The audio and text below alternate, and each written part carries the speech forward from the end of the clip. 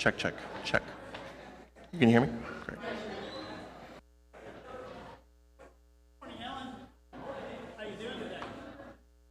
Big day bringing up the babies and all that. It is. Where? It's a ritual that I bring around. Absolutely. Oop. I'm baptized, you know, and all of that. And so for me, it renewed my concept of congregation church. That's right. That's right. And recognizing the newness of life, you know. It's important for me, and it's also important for those who are free. Yeah. You got a second? Yeah.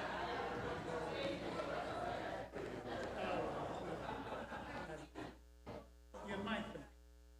Yes.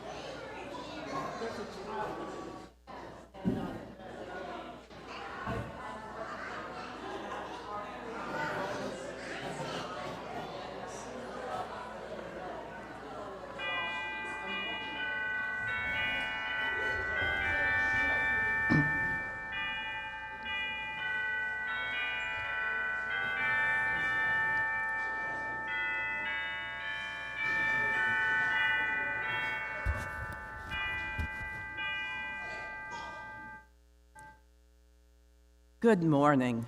Welcome to the Unitarian Universalist Congregation of Cleveland. My name is Laura Christian Imbernoni. It's my pleasure to greet everyone here in the sanctuary today, as well as our valued virtual attendees. A special welcome to any guests who are worshiping with us for the first time, either here physically or joining us in cyberspace. If you're interested in more information about our congregation, we invite you to fill out one of the guest cards in the pew rack in front of you. You can place the card in the offering plate when it comes around later in the service, and someone will reach out to you to talk about our congregation. If you're watching from an internet platform, take a moment to look at our website, uucleveland.org, for more information. There's time for a little housekeeping now. On the back of your order of service is a QR code. It will take you to our contract tracing form. Please take a moment before you leave today to fill out the form on your device. It's very simple and easy. You can also access it via the bit.ly link on your computer when you get home. And now, we were about to enter sacred space. Please take a moment to silence your phones or other devices. For lighting the chalice today, we have April and Rose. So you all want to come up, and I will tell you that you can find lighting the chalice on the yellow card on the back of the pew in front of you, so you can join me when the time comes and reading these words. I think they're ready. Love is the spirit of this congregation, and service is its law. This is our great covenant, to dwell together in peace, to seek the truth in love, and to help one another.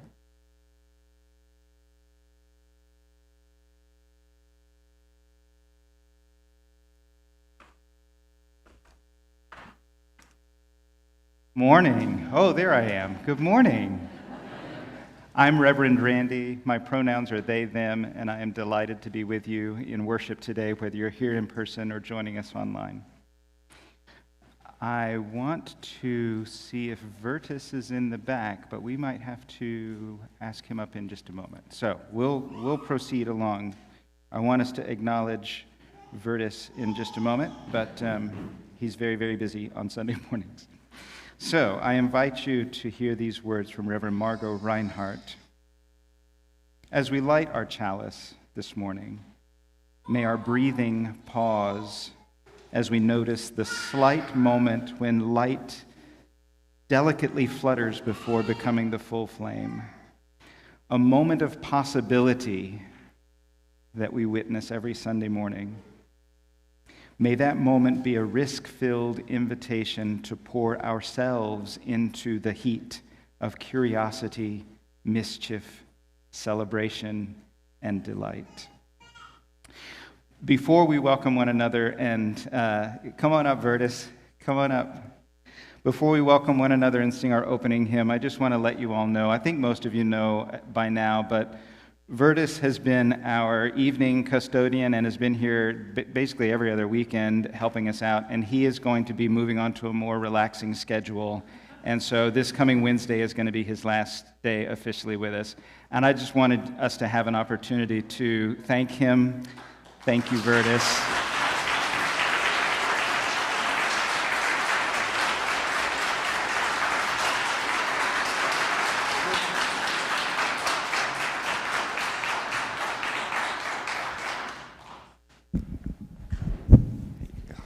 Thank you, everyone. It's been a pleasure working for the church. Good experience and learned some things. And unfortunately, it's time for me to say goodbye. But I appreciate all the good people and all the nice personalities. Thank you. Thank you, Vertus.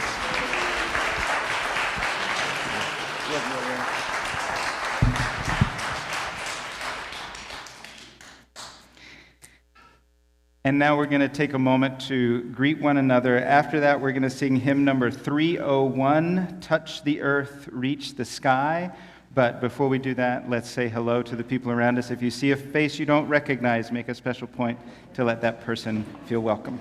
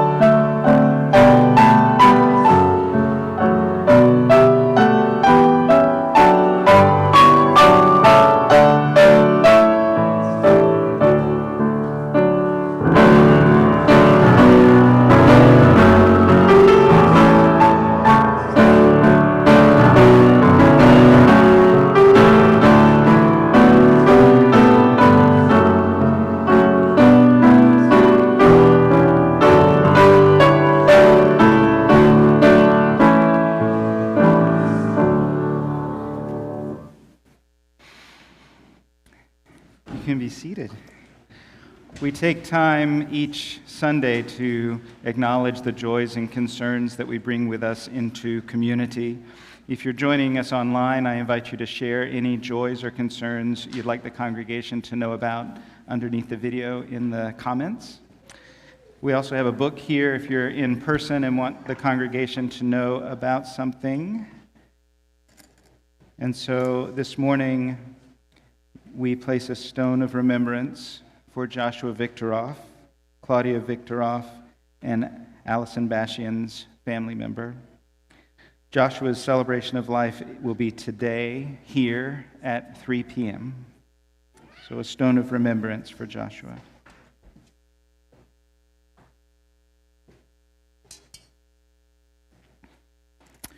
We also place a stone of celebration for Missy Callahan and Frank Esper celebrating their 5-year anniversary.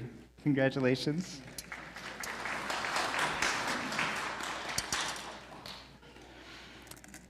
We place a stone of care for those members of our congregation who are traveling with family this holiday weekend.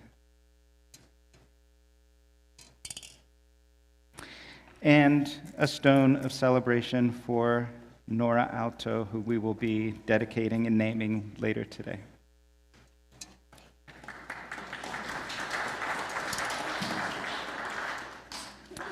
What else do you want to acknowledge today? I invite you to come forward and place a stone in the water for any joys or concerns you want to acknowledge this morning.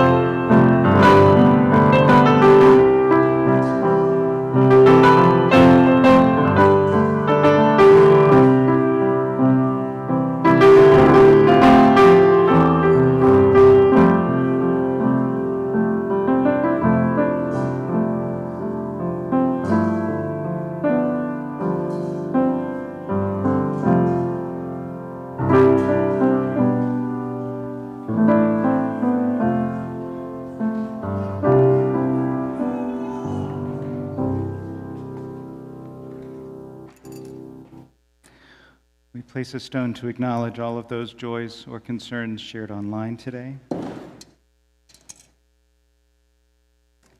And a stone for those things on our hearts that don't yet have a way to find expression.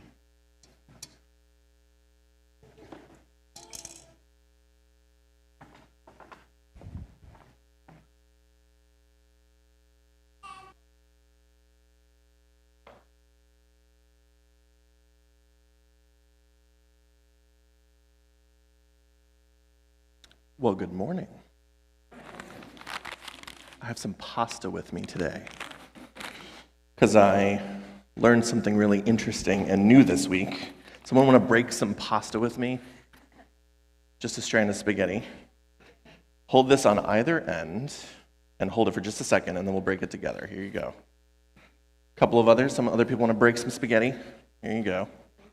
Some more spaghetti breakers. Here we go. Pass this down. Thank you so much. Here we go. This is important work we're doing this morning, breaking some pasta. Here we go. So this is amazing. Here we go. Getting some of there here, and pass one down too. Obviously, always a very delicate thing, right? Some pasta. Here we go. You pass that over. So apparently, even more. Here we go. Absolutely. Oh, and it already broke off. So there we go. Too easy to break. Okay, so here's the thing. Apparently, this is a physics thing, which means it's a thing I don't understand very well. Apparently, it is impossible to break pasta in less than 3 pieces.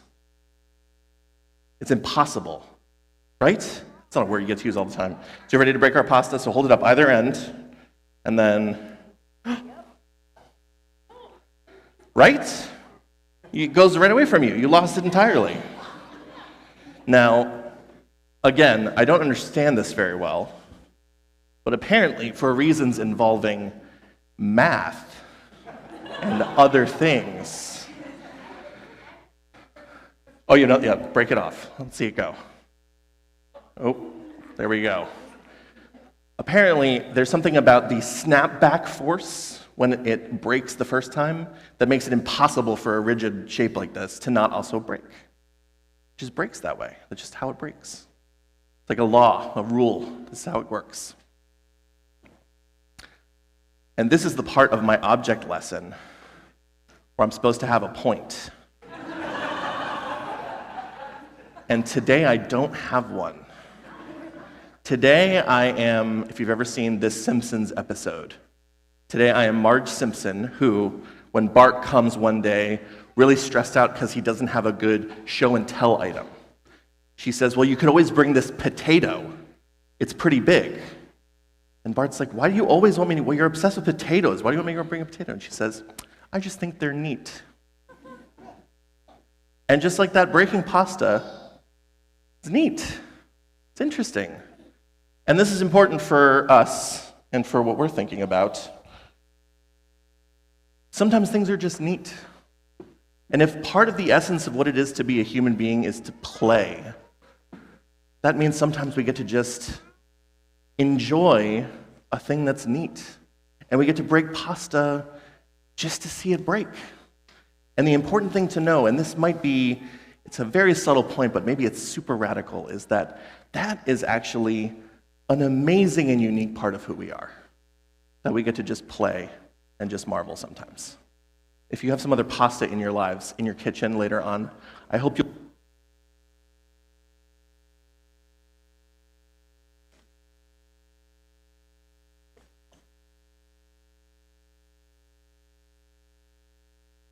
I'll be reading from an excerpt from the work of Adrienne Marie Brown called Pleasure Activism. Pleasure reminds us to enjoy being alive and on purpose. Pleasure, embodied, connected pleasure, is one of the ways we know we are free, that we are always free, that we always have the power to co-create the world. Pleasure helps us move through the times that are unfair, through grief and loneliness, through the terror of genocide, or the days when demands are just overwhelming. Pleasure heals the places where our hearts and spirit get wounded. Pleasure reminds us that even in the dark, we are alive. Pleasure is promised in life as a medicine for the suffering. Pleasure is the point. Feeling good is not frivolous, it is freedom.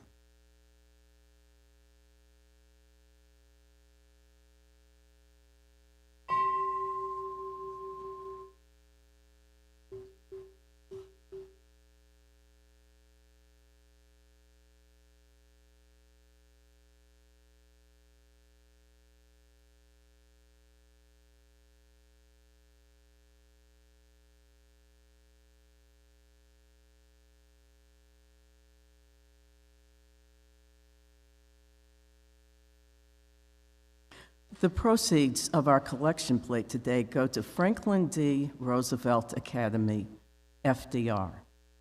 This special K-8 school in Cleveland fosters inquiry-based learning and teaching. Their vision is a commitment to empowering our scholars to be confident, curious, active problem solvers that will impact our community and the world. You may know that Lori Albright and Pan Gibbon and a number of others UUCC members have supported FDR for years in projects like tutoring and encouraging good attendance. Most recently, Becky Burns served as the musical director for their musical Aristocats alongside FDR staff. She tells the story of how these young people are impacted in their lives, learning to work together in this special venue and perform. One young man in particular made large positive changes because he saw he could do something worthwhile. We made a difference. Funding is quite short, and our support widens the scope of the services FDR can offer. You can either drop your donation in the plate when it comes your way or donate via Cash App. Our handle is $UUCC 44122. Please include 528 FDR on the note line. Please give generously within your means.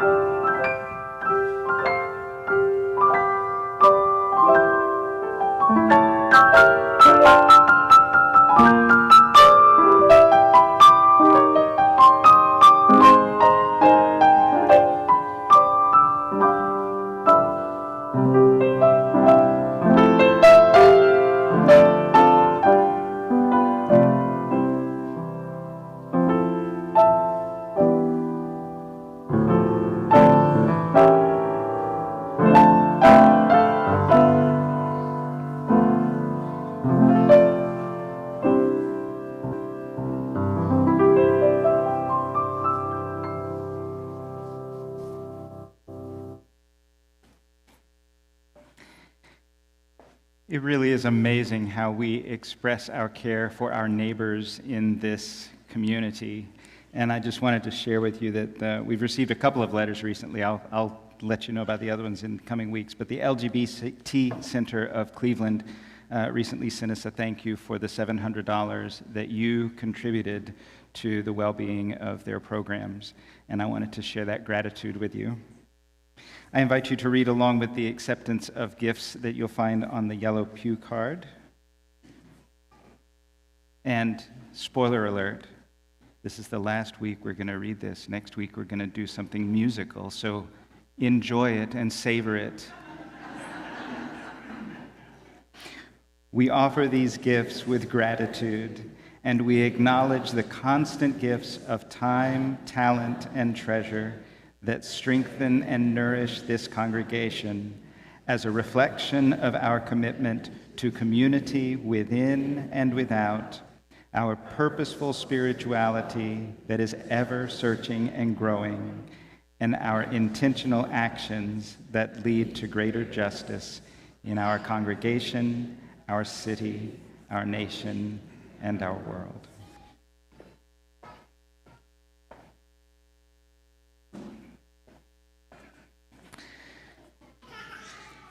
Somebody named Vivian Gusson Palsy wrote a book called Bad Guys Don't Have Birthdays, and it is all about the imaginative play of 4-year-olds.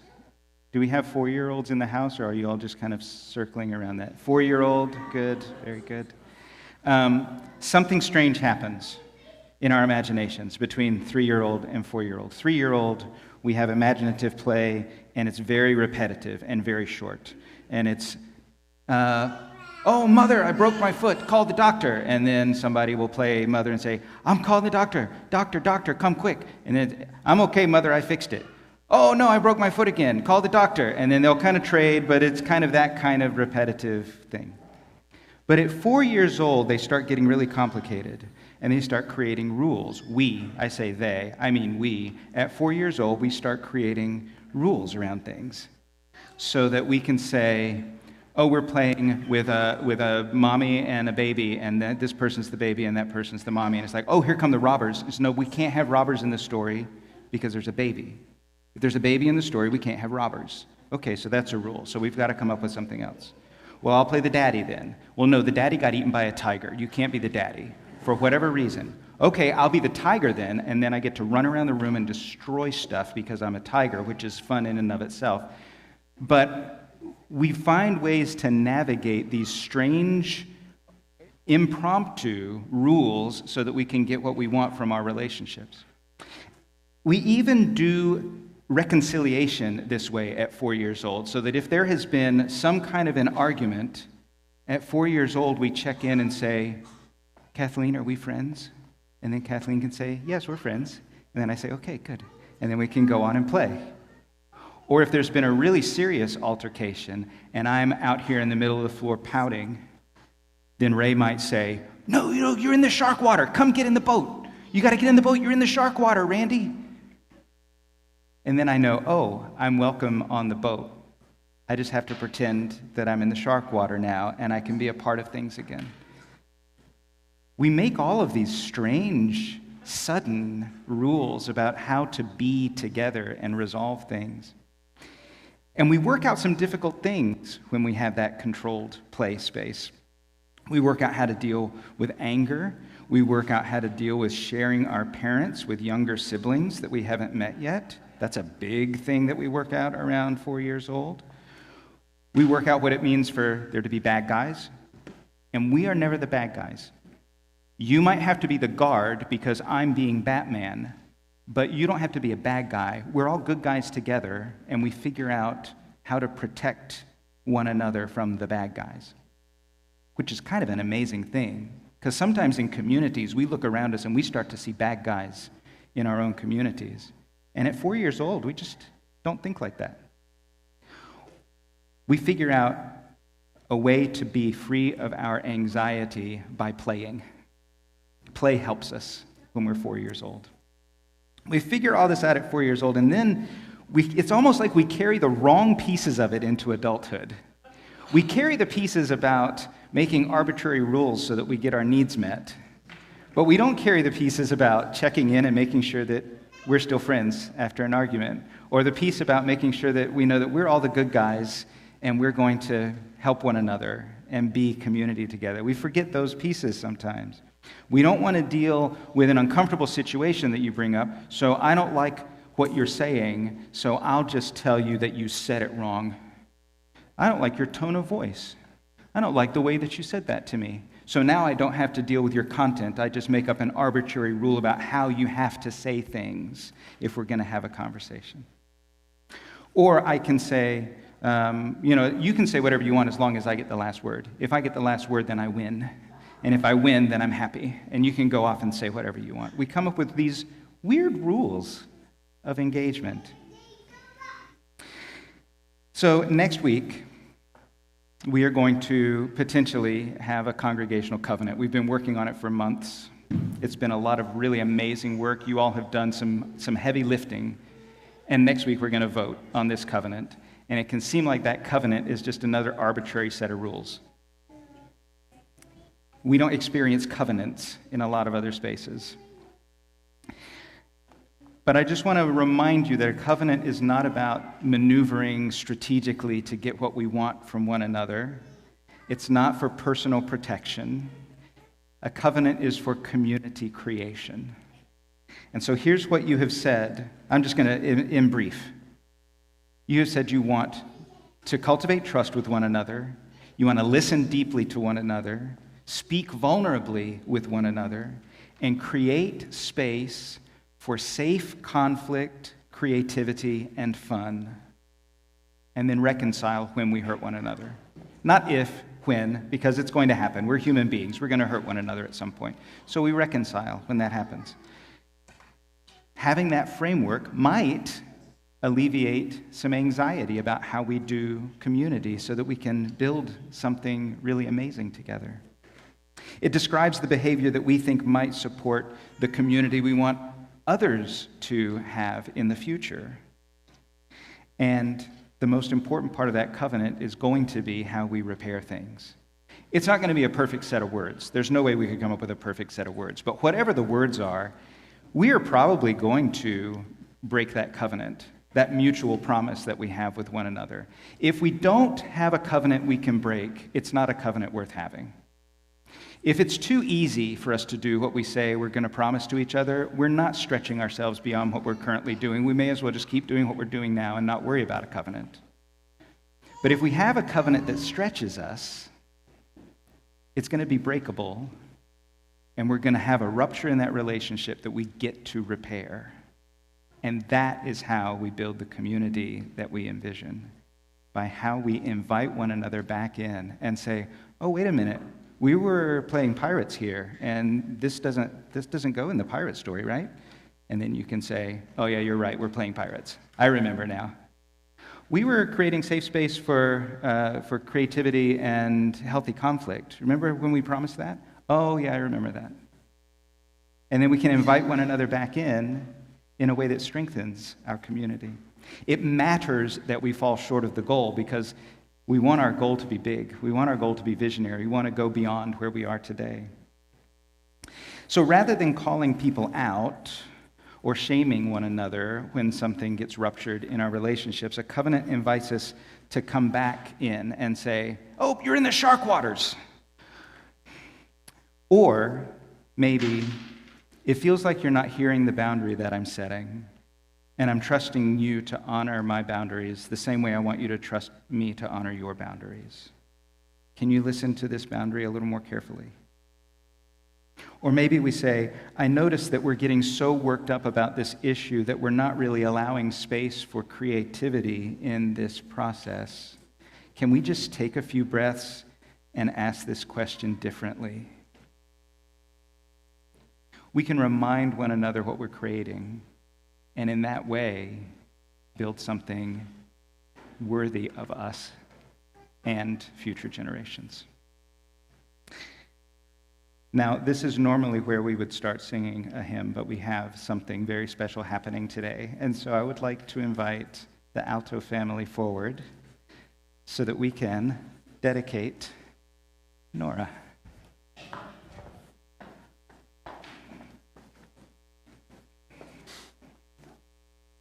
I'll invite Alan to lead us off when we're ready.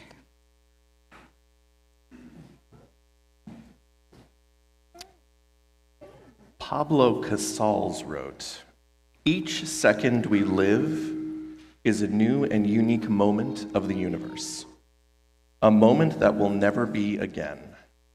And what do we teach our children? We should say to each of them, 'Do you know what you are? You are a marvel. You are unique.' In all the years that have passed, there has never been another child like you. Your legs, your arms, your clever fingers, the way you move. You may become a Shakespeare, a Michelangelo, a Beethoven. You have the capacity for anything. Yes, you are a marvel." Today we acknowledge and name a new life, and we also recognize the enlarging of a family and new relationships. So surely today is a day for celebration. Kathleen and Matthew, we are elated that you are choosing to officially dedicate Nora Fogarty into the life of our community, because it means that you have found here a place for your family's choosing, that you have deemed us worthy partners with you in the spiritual nurturing of someone that you love dearly. So we know that new life represents a new beginning, and so we celebrate the wonder of a new life where once there was none. A child gives us hope for a better world with new ways of understanding, and so this ceremony today is an opportunity for us to publicly acknowledge that a child is being brought into a community of people who will care for her and help her in her emotional and ethical development. Today, we name and dedicate this wonder, Nora Fogarty Alto. Naming signifies that each child is a unique being whose name is a powerful symbol of the individual life they will contribute to the world. By declaring a child's name, we endeavor to respect their inherent worth and dignity, and we give them freedom to grow. When we dedicate a life, we also affirm that a person and their potential to make a difference in the world. Any notion of automatic brokenness or sinfulness in this new life is alien to our way of thinking. Our charge to parents is to give their child every opportunity for a fulfilling life, and our charge to those gathered here today is to assist Kathleen and Matthew, and Rose and Nora, by being present for them in the challenges and joys of life. The assembled community here is called to open its arms wide, to welcome and nurture this new life and this family. And our hope for this child is that she will feel the support of both friends and family and grow into an adult who will contribute to our dreams of a more loving existence together. Teresa, would you like to offer a blessing?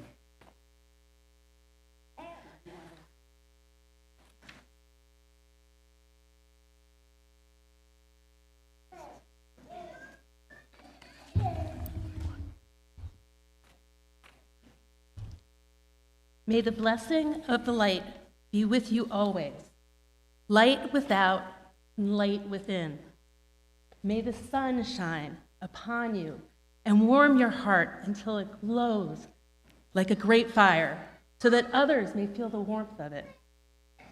And may the light of your eyes shine like two candlelights in a window at night, bidding the wanderer to come in out of the dark and the cold. And may the blessing of the rain be upon you, the sweet and tender rain. May it fall upon your spirit as when flowers spring up and fragrance fills the air. And may the blessing of the great rain wash you clean and fair, and may the storms always leave you stronger and more beautiful. And when the rains are over, may there be clear pools of water, made beautiful by the radiance of your light, as when a star shines, beautiful in the night, pointing the way for all of us.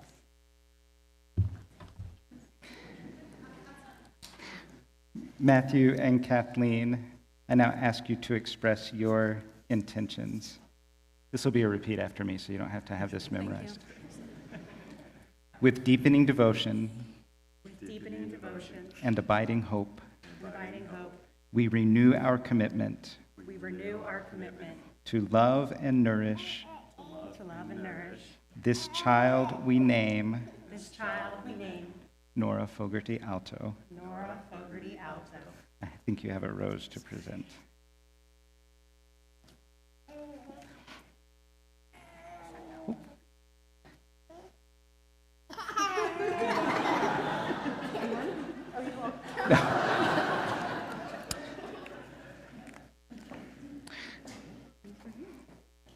Oh, you have words of gratitude for family and friends also, I neglected, sorry. Family and friends, Family and friends, we give thanks for your strength we give thanks for your strength and ask that each of you join us and ask that each of you join us in this joyous responsibility. in this joyous responsibility. Okay, now's the fun part, Nora, because you're being really like movie. And we imbue you with earth, a common symbol of the source of humanity and beginnings. Play well with and on the earth with joy. Walk gently on the earth. Be well rooted in yourself, in your family, and in your community, and in the soil of this planet. We anoint you with the breeze of a feather. We imbue you with air, a symbol of openness and of potential, a symbol of conflict that we all face on our journeys. May the winds of the sky be a companion to you, reminding you of the wide open possibilities of life. May you learn to manage your conflicts well rather than have them manage you, and may you always breathe the air of freedom. Can I give you that to hold on to for her? Thank you. Would you get us some light? We also imbue you, Nora, with fire, symbol of passion and the heat of life. May the warmth of fire bring you the warmth of love. May it bring you passion for living, and may you find your unique passion in life and the passion to one whom you will commit your life as your parents have found one another. And here's some water from our water ceremony. This is not going to wash off the earth. It's just going to rub it in. That's all that's going to happen. Ooh, water. Water. Oh, we love that. Here we go. Ooh. Oh, it went in the wrong direction when you do that. Okay. We imbue you with water, a symbol of peace and healing. May your thoughts and feelings be clear and available to you. When you are feeling hurt or sad, may you find friends nearby or feel the freedom to seek them out. May you feel your emotions to the depth of your ocean. May you weep and still be secure in who you are. All right, Rose, you want to do your affirmation?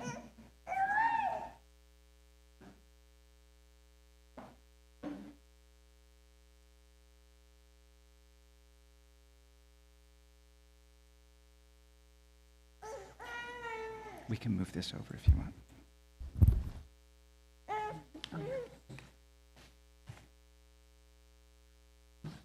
Blah, blah.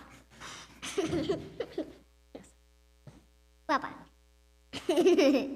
Blah blah is not actually the reason. Blah, blah. I'll be speaking for Rose. Having a sister is like having a best friend you can't get rid of. You know, whatever you do, they'll still be there. In your orders of service, you will find a community affirmation. I invite you to please declare your affirmation of Nora. Blah, blah.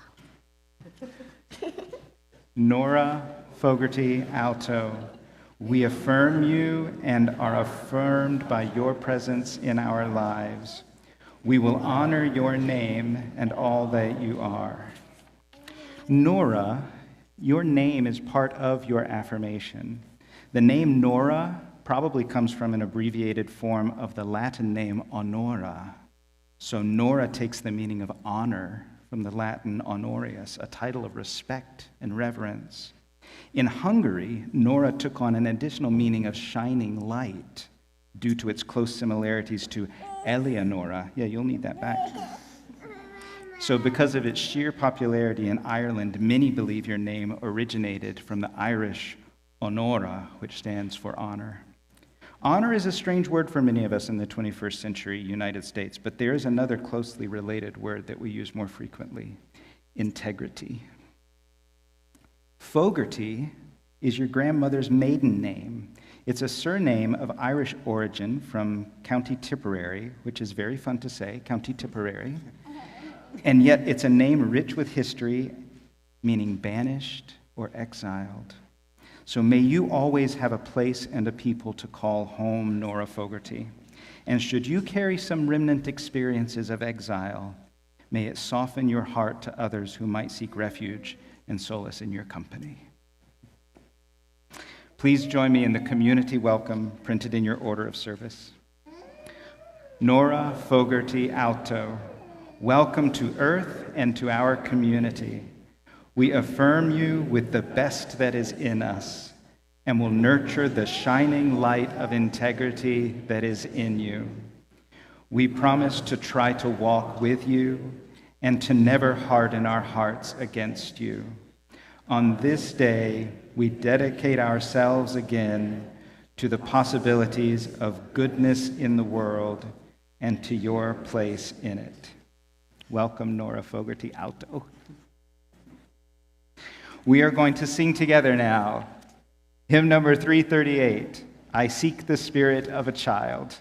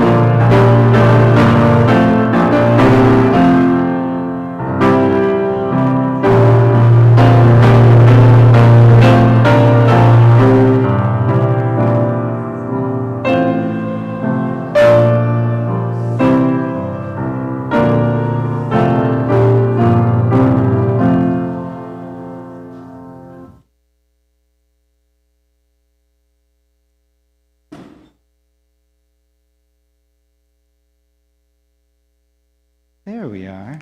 If you have appreciated our service today, I invite you to like, share, or subscribe, or all of the above.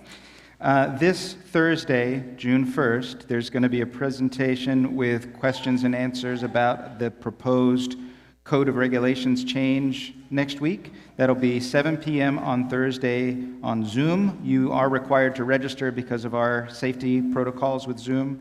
There will be a final email with the registration link sent on Wednesday, the day ahead of time. So look in your Thursday newsletter for all of that information if you haven't seen it yet.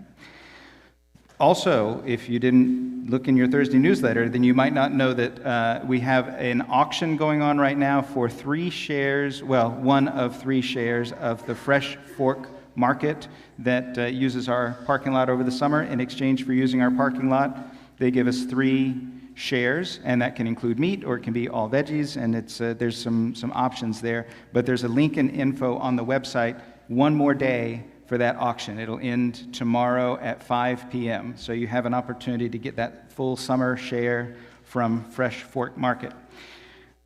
Next Saturday is Pride Cleveland, and the lineup starts at 10 a.m. So we're going to gather here at the church. If you want to ride the train downtown with us, we'll gather here in the parking lot around 9 or so and head over to the train and go downtown together to get in the lineup for the Pride March. Thank you to Trevor and Claudia and Amy for getting all of that registration lined up for us. In the fellowship hall today, there is a yellow sheet with a well wishes to Vertus that you can sign and just wish Vertus well so that he can have that. We looked for a big oversized card that everybody could sign, and we were not able to find something appropriate. So Rita has set up a big sheet of yellow paper and with markers, and you can send Vertus off in style with your well wishes there. Next Sunday is flower ceremony and our annual meeting, which will be outside over on this side, weather permitting. Bring your own chairs, bring your own flowers, but we will also have flowers if you forget. And there will be a Zoom option for annual meeting if you're not able to attend in person. Still lots of stuff going on here. We are a lively bunch. May you go forth today with the peace of your community in your heart and with the wisdom to imagine what this community can be with one another. Amen, and blessed be.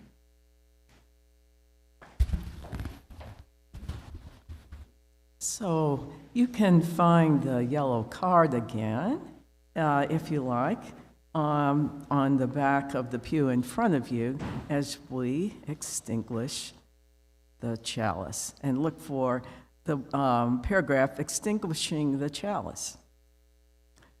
We extinguish this flame, but not the light of truth, the warmth of community, or the fire of commitment. These we carry in our hearts until we are together again.